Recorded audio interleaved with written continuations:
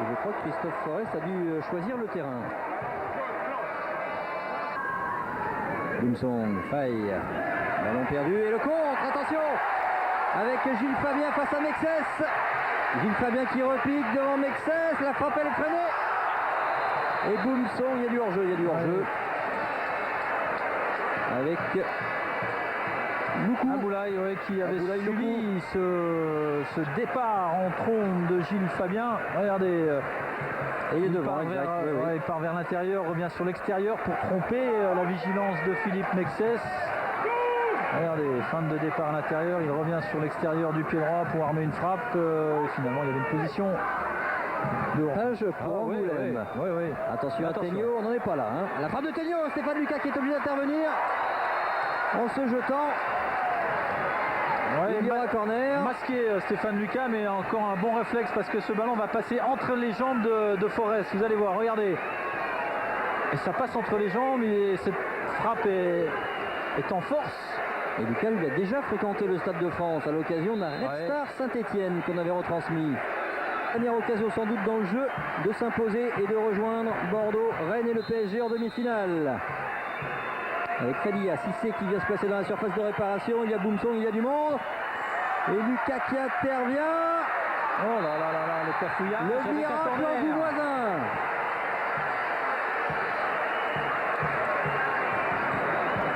Quelle occasion. C'est vrai, Stéphane Lucas qui n'a pu s'emparer du ballon. Regardez, il essaye avec les pieds de le ramener vers lui. Il y a beaucoup de blanc. Benjani, finalement, c'est Massolin qui vient aussi. Et ça finit par sortir. Nouvelle balle de match. Avec Yann Lachuer pour le corner. On va surveiller Stéphane Lucas qui a été très bon jusqu'à présent dans ce secteur. Les filets ont tremblé, mais c'est parce que la transversale a été heurtée. Le stade de la Pépinière à Poitiers debout pour soutenir cette équipe d'Angoulême qui est aux portes de la séance de tir au but face à Auxerre alors qu'il y a un joueur au sol. Regardez, un ballon difficile à gérer pour Boumsong, Cissé, Benjani. Et c'est terminé, il y aura tir au but. Il y aura tir au but entre Angoulême et Auxerre pour connaître le dernier qualifié pour les demi-finales de la Coupe de France. Très vite, une petite page de publicité et au bout d'une minute, on se retrouve. À tout de suite. De numéro 1 du jour. Relâché finalement maintenant. Regardez, il avance sa chaise, Giroud. Il n'est pas dans la zone technique. Il a le pied arrière droit de la chaise dans la zone technique, non quand même. S'élance. Et c'est au fond. 1-0 pour la JOCR. Et c'est au tour d'un autre gauche. C'est au-dessus de la lucarne. Et Fabien Cole boite vraiment très très bas. Il va peut-être aussi perturber finalement les tireurs adverses. Et la première passe. Ah non, c'est au fond. C'est au fond. Stéphane Lucas avait quasiment arrêté ce ballon. Rarissime quand même cette situation. Regardez. Tout le monde est persuadé que c'est fini. Eh bien non, ça file bien. Le contre-pied est parfait.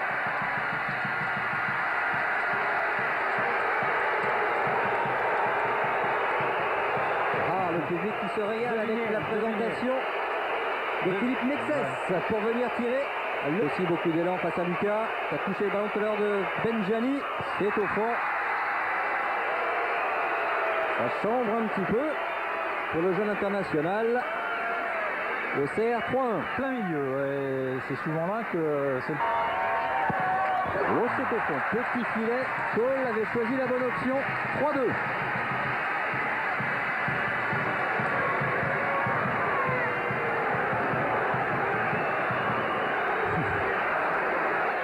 Face à Lucas.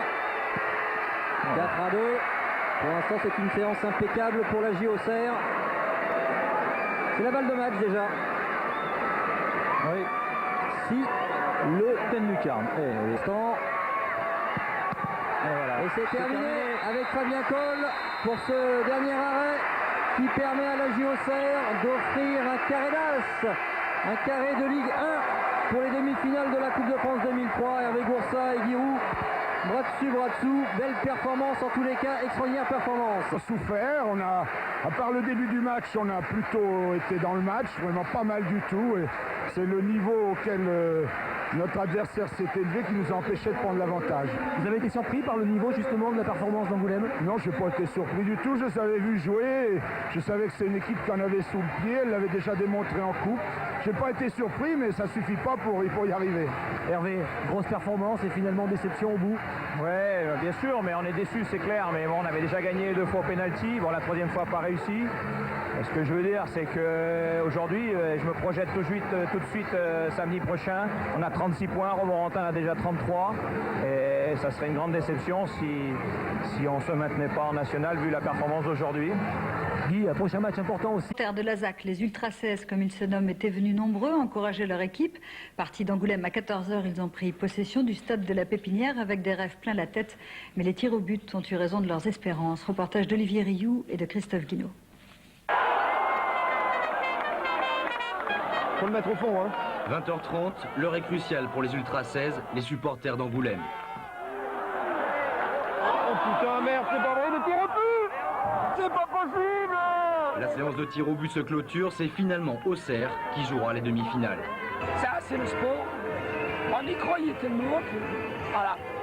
Tous y croyaient, tous avaient mis la main à la pâte pour cette grande fête angoumoisine. Retour sur cette journée pas comme les autres. 14h, les Ultras arrivent au stade Lebon Angoulême.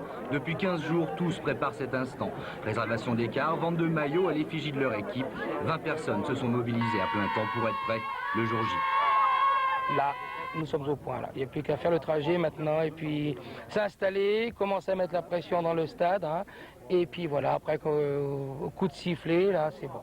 1 heure plus tard, après divers commentaires et prophéties, il est temps de partir. Direction le stade de la Pépinière à Poitiers. Arrivé en fanfare, plus remonté que jamais, cette fois c'est clair, tous y croient. Là, on peut pas mieux rêver. J'ai tir au but, jamais 203. Jamais 203, quoi. On va gagner, ça va ce soir. On va débuter, on s'en va. Les Auxerrois s'en mettent trop fort. 120 minutes plus tard, 0-0 à la fin des prolongations, tout est encore possible. Moi je pense prolongation et peut sûrement gagner au tir au but. Avec le gardien Lucas, là il est très sûr ce soir, donc je suis confiant. Ça devrait y aller. Après une longue série de pénaltys, 8 au total, c'est finalement Auxerre qui l'emporte. L'aventure angoumoisine s'arrête là. On a montré qu'on peut rivaliser avec une équipe de L1 et Angoulême mérite vraiment une équipe de L1 sur Angoulême, il n'y a aucun problème. Place désormais au championnat de national.